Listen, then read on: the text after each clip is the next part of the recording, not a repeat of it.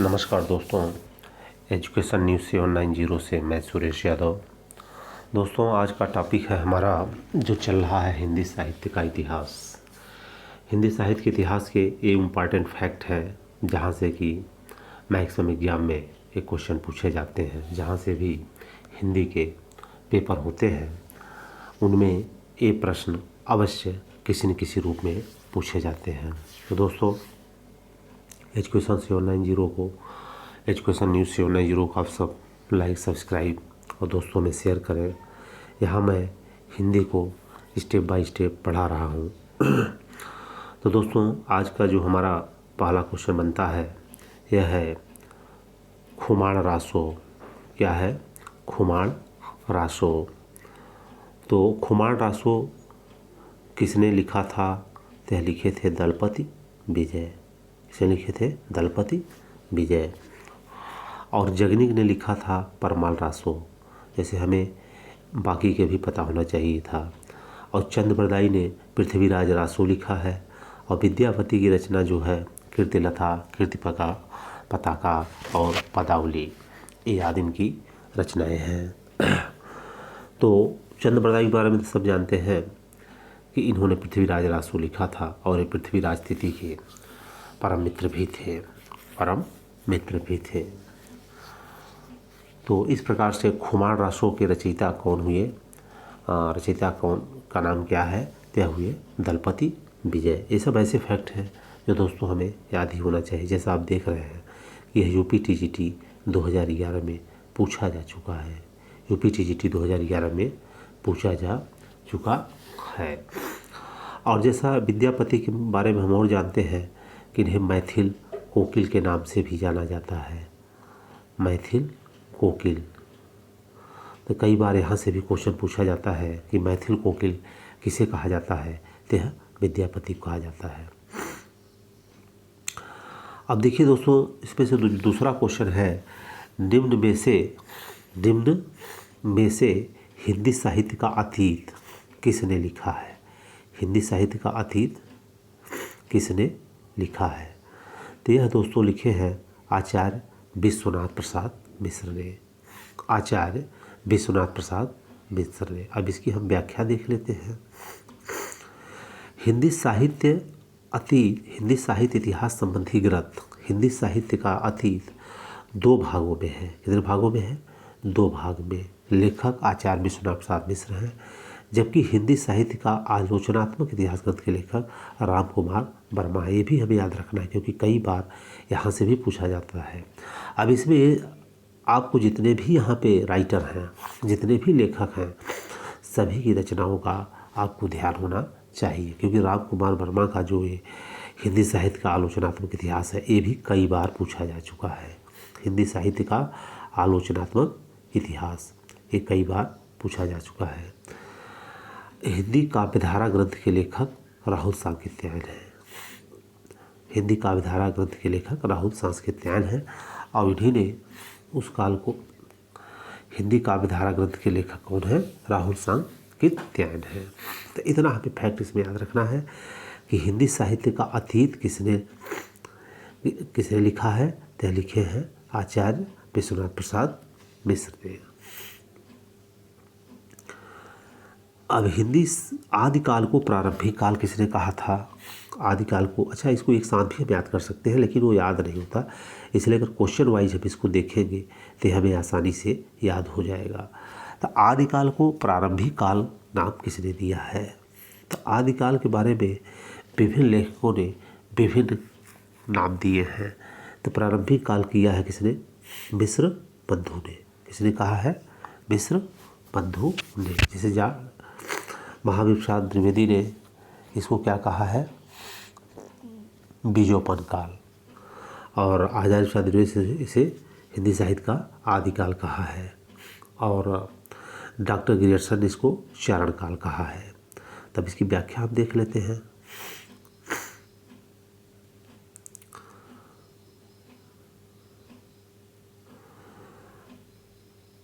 व्याख्या में है कि आदिकाल को प्रारंभिक काल का नाम मिश्र बंधु ने दिया है। किसे दिया है? मिश्र बंधु ने। मिश्र बंधु ने प्रारंभिक काल को 2 भागों में बांटा है।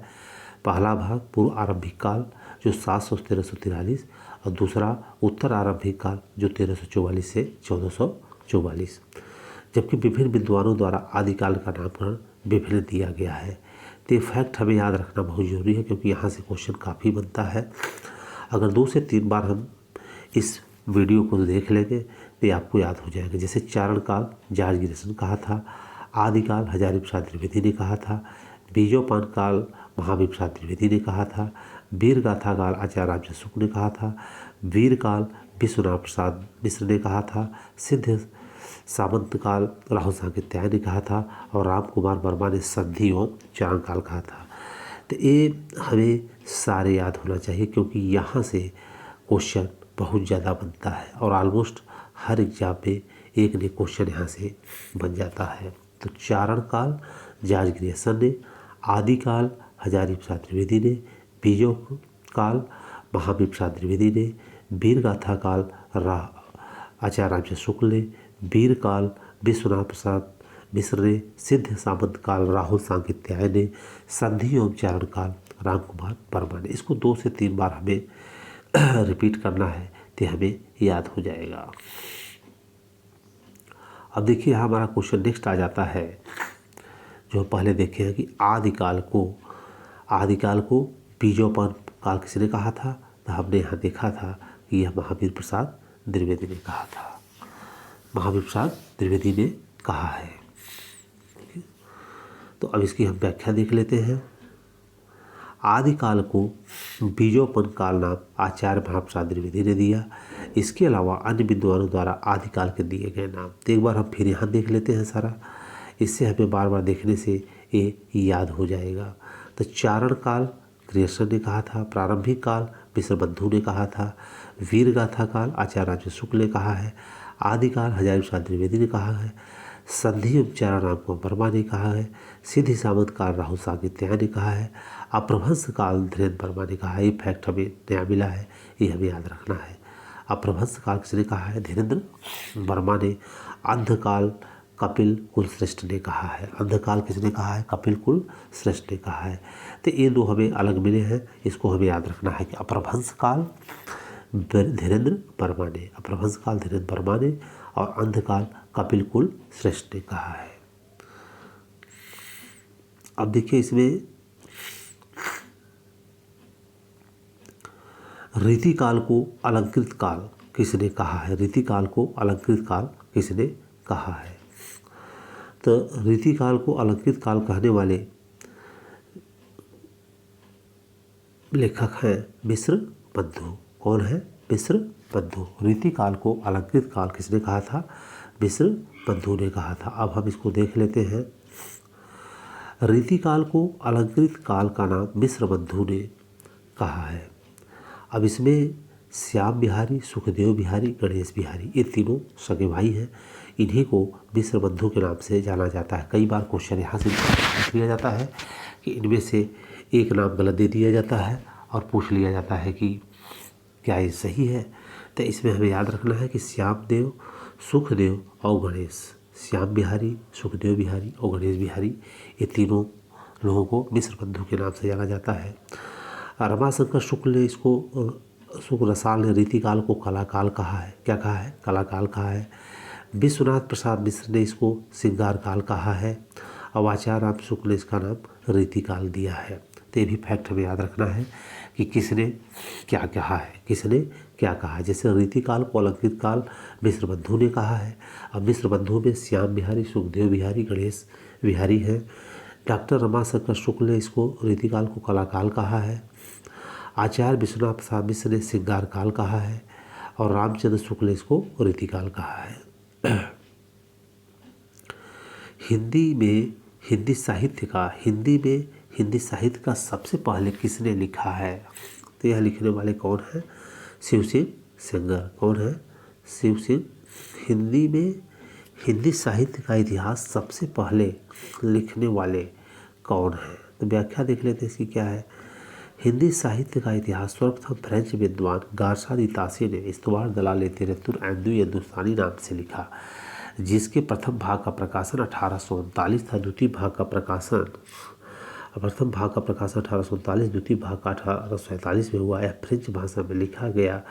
बाद में 3 भागों में विभक्त हो गया, जिसका प्रकाशन 1871 में हुआ। यह ग्रंथ ब्रिटेन और आयरलैंड की प्राच्य साहित्यिक अनुवादक समिति की ओर से पेरिस में मुद्रित किया गया है। पेरिस में मुद्रित किया गया है। तो इस प्रकार से हम देख लेते हैं कि इसमें हिंदी साहित्य का इतिहास सबसे पहले जो लिखे थे, ये लिखने वाले शिव सिंह सेंगर है क्या, ये क्वेश्चन डाउट है। तो द मॉडर्न, अब इसमें देख लेते हैं कुछ जो बार बार पूछे जाते हैं question. The modern vernacular literature of Hindustan 1888 में जॉर्ज ग्रियर्सन। शिव सिंह सेंगर ने लिखा है। हिंदी साहित्य का इतिहास रामचंद्र शुक्ल ने 1829 में लिखा है। 1829 में लिखा है। डॉक्टर किशोरीलाल गुप्त ने the modern vernacular literature of Hindustan को हिंदी साहित्य का प्रथम इतिहास शीर्षक से सन 1957 में बात किया है। तो इसको भी याद रखना है कि किशोरीलाल गुप्त ने, किसने किया? किशोरीलाल गुप्त ने the modern vernacular literature of Hindustan, जिसको ग्रेसन ने लिखा था, इसका हिंदी अनुवाद में हिंदी साहित्य का प्रथम इतिहास शीर्षक से 1957 में अनुवाद किया है।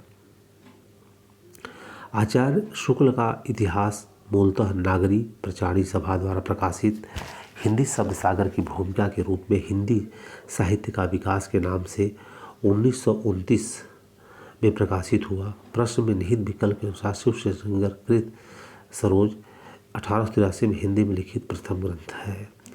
तो शिव सिंह सेंगर कृत शिव सिंह सरोज। तो इसमें जो हमारा आंसर होगा वह हो जाएगा शिव सिंह सेंगर।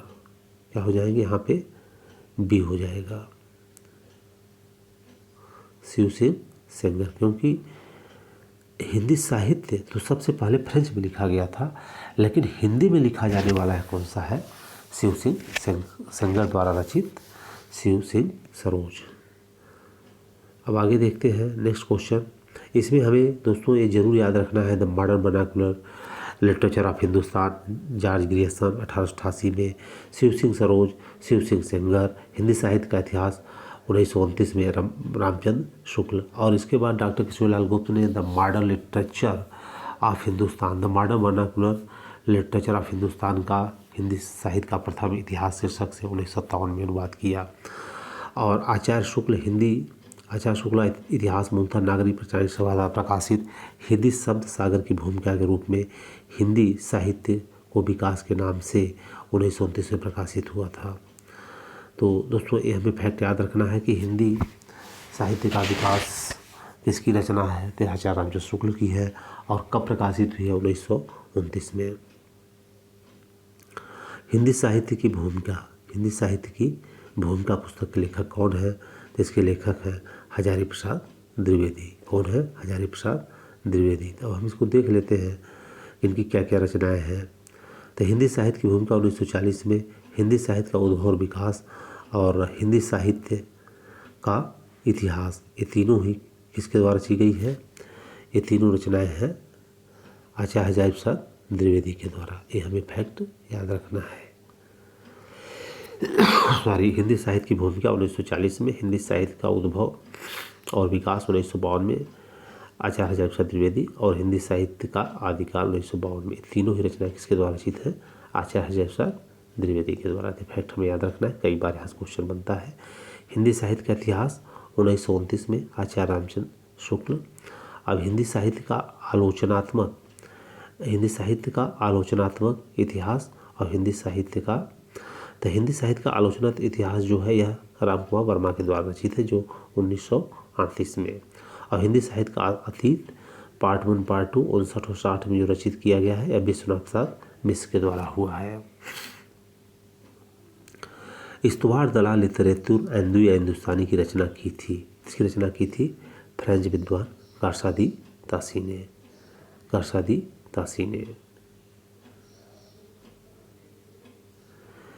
अब इसकी व्याख्या देख लेते हैं।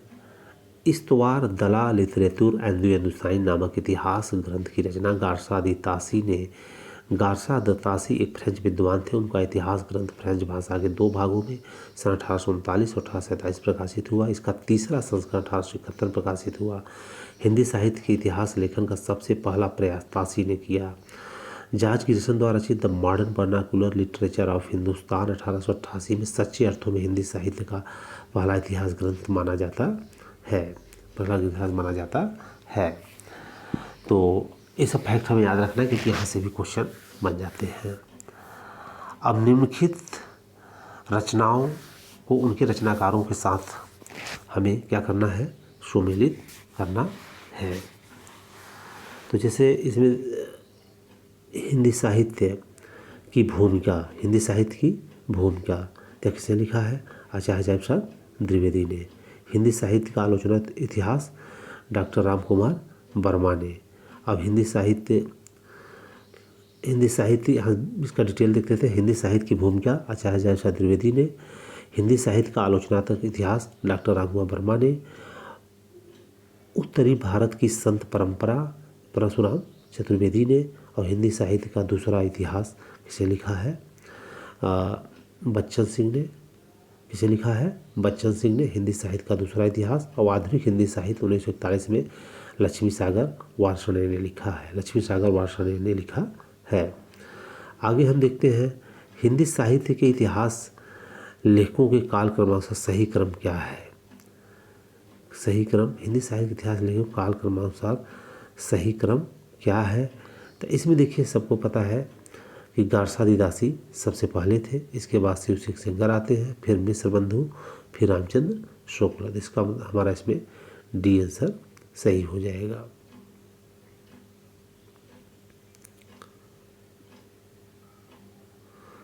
अब इसमें हमें देख लेते हैं तो शिव सिंह सरोज 1883 में, शिव सिंह सेंगर, इस्तवार दलालित्र हिंदुस्तानी, प्रथम भाग 1839, द्वितीय भाग 1847, तृतीय भाग 1871। इसको किसने लिखा था, गार्सादिदासी ने।